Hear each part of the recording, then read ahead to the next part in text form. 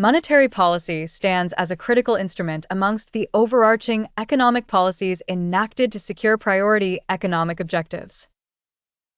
It is encapsulated in a series of measures employed by monetary authorities, particularly the central bank, to manage the requisite money supply to attain economic targets. The central bank issues monetary supply to steer economic activity, aligned with the prevailing economic circumstances.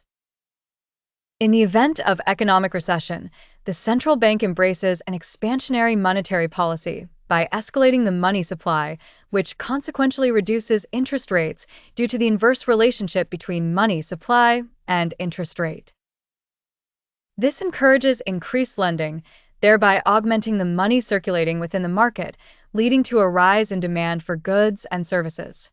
Consequently, businesses seek more loans to invest in meeting this elevated demand, culminating in economic growth and heightened employment.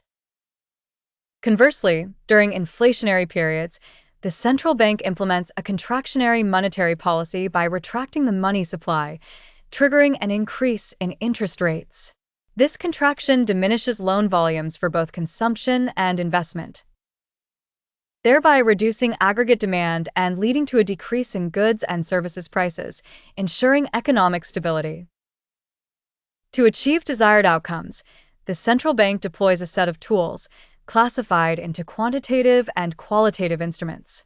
Quantitative tools represent techniques adopted by the central bank to control both the money supply and the loans issued by commercial banks.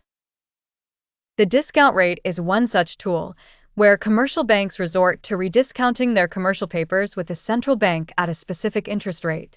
In return, the central bank provides loans to these commercial banks to bolster their credit policies.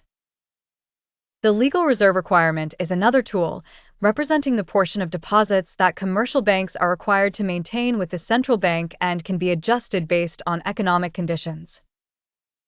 The central bank may reduce this reserve to enable banks to expand lending under an expansionary policy, and vice versa. Open market operations involve the buying and selling of government securities of varying maturities. By purchasing securities and injecting liquid money as part of an expansionary policy, or conversely selling securities and withdrawing liquid money during a contractionary policy, the central bank influences interest rates and, ultimately, economic conditions.